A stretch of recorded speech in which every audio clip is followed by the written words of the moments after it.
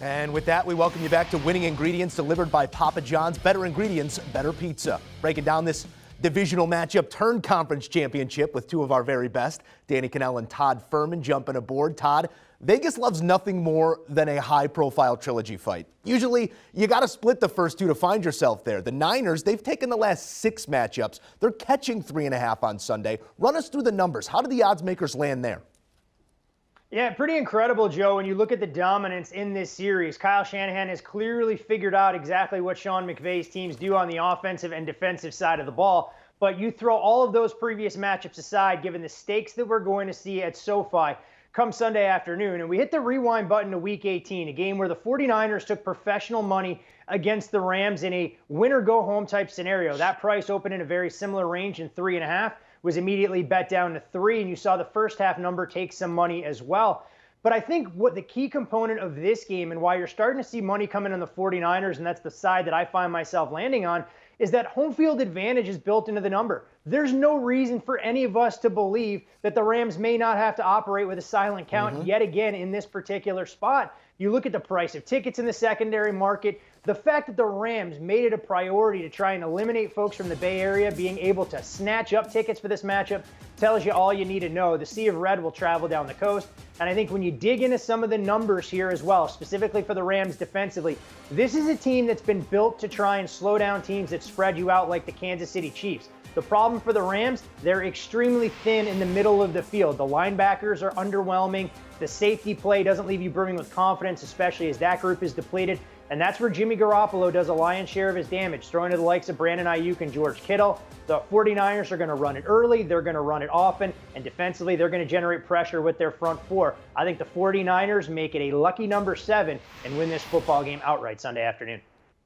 Oh, I love when I'm on the same side as Todd Fuhrman. There's no better feeling of confidence making me want to load up on my bets. I agree with everything you say there, too. I mean, I think when you look at this and say, all right, well, if they've won 6 games in a row, how are the Rams favored?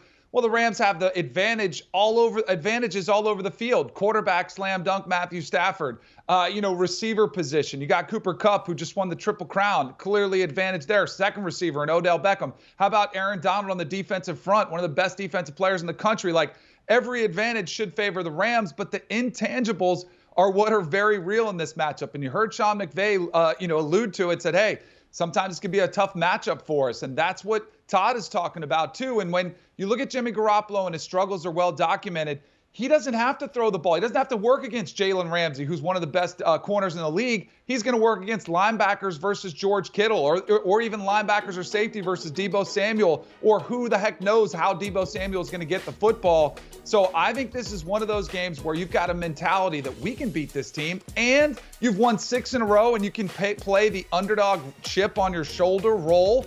This is a perfect spot for Kyle Shanahan, the 49ers, to be in.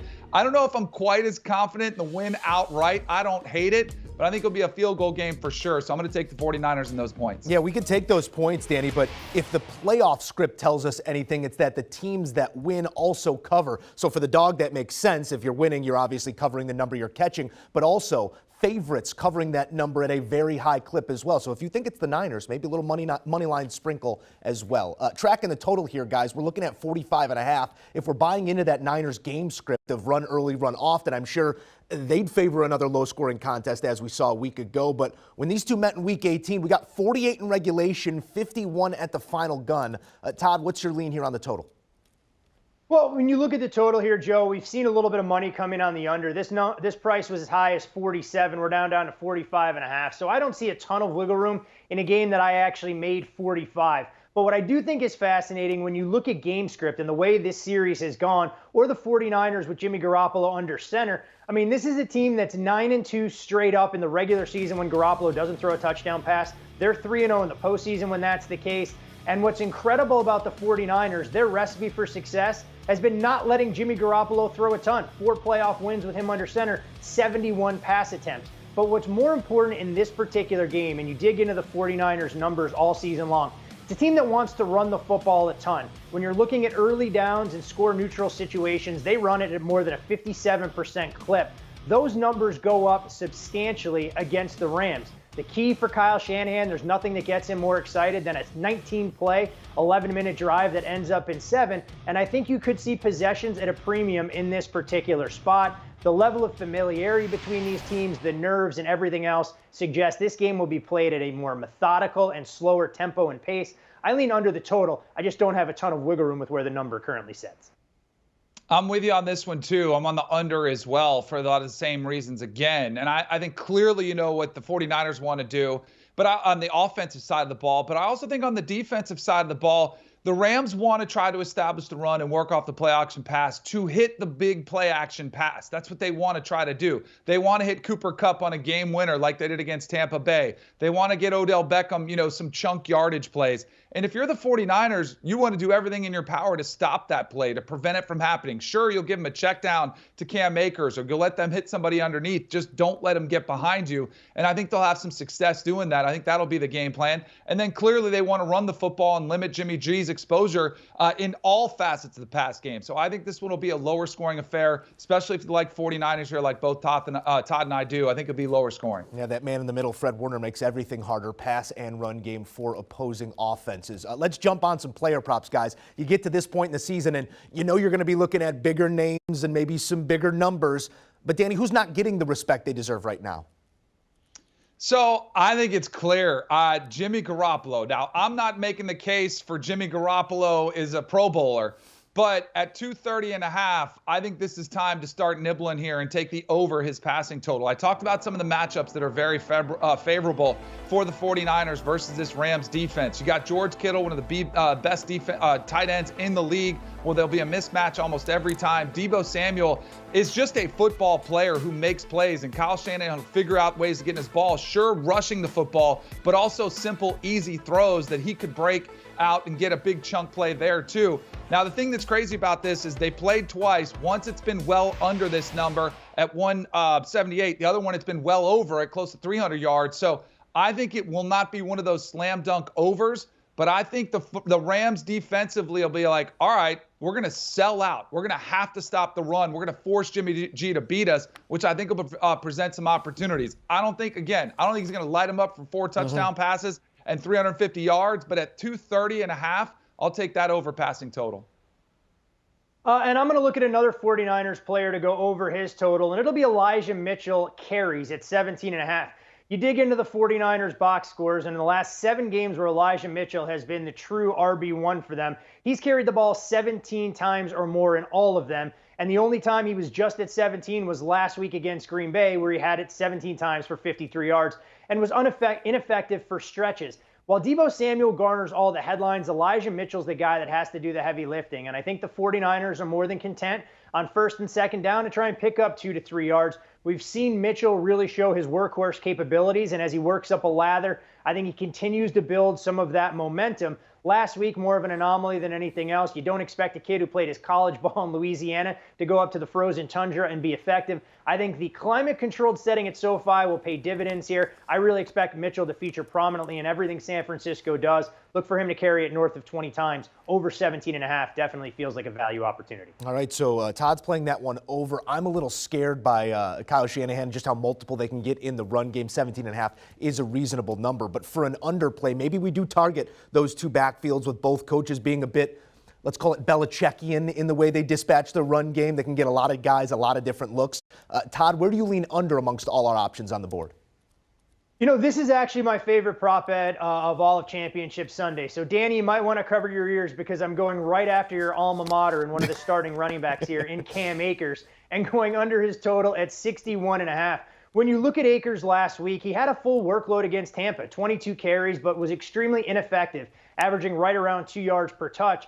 And I think there has to be some legitimate concern for Sean McVay, given that Akers put the ball on the turf not once but twice at key junctures of the game. If Akers has problems early on in this contest, don't be surprised if Sean McVay decides, hey, look, you know what? We've tried this. Cam's still not quite 100%, and we need to lean on Sony Michel a little bit more. But the other thing about it is the 49ers have been extremely stout against the run.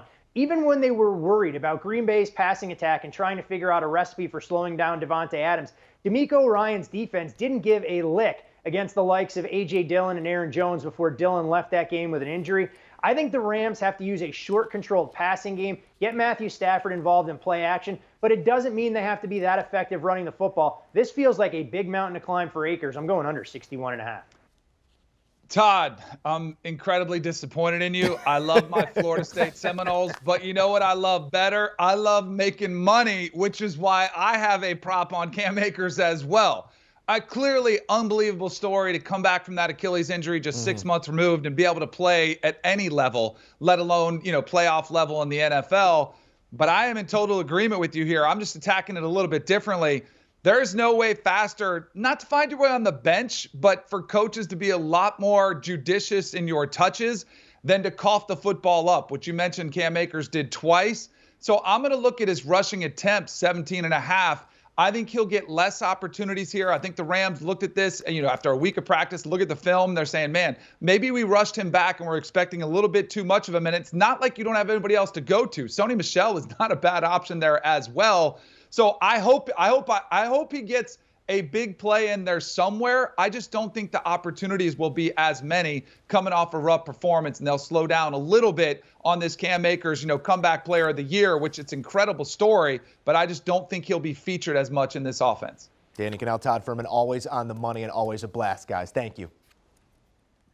All right, let's take a look at those plays again when it comes to the NFC title game. Picking a side here, both of our guys loving the 49ers, catching that 3.5. I like an outright sprinkle on the Niners, but take those 3.5 as they have given this LA side fits throughout. Attacking the total, 45.5 is your number. Danny's playing it under. Todd splitting it in half and going LA team total under the 24.5. As for a player prop under, both of our guys targeting Cam Akers. Danny's targeting under the attempts, Todd under the yards. Do you want a sports network that delivers everything that matters about the game? The highlights, the picks, the instant analysis, no yelling, no fake debates, no politics. Hit the subscribe button and never miss a moment.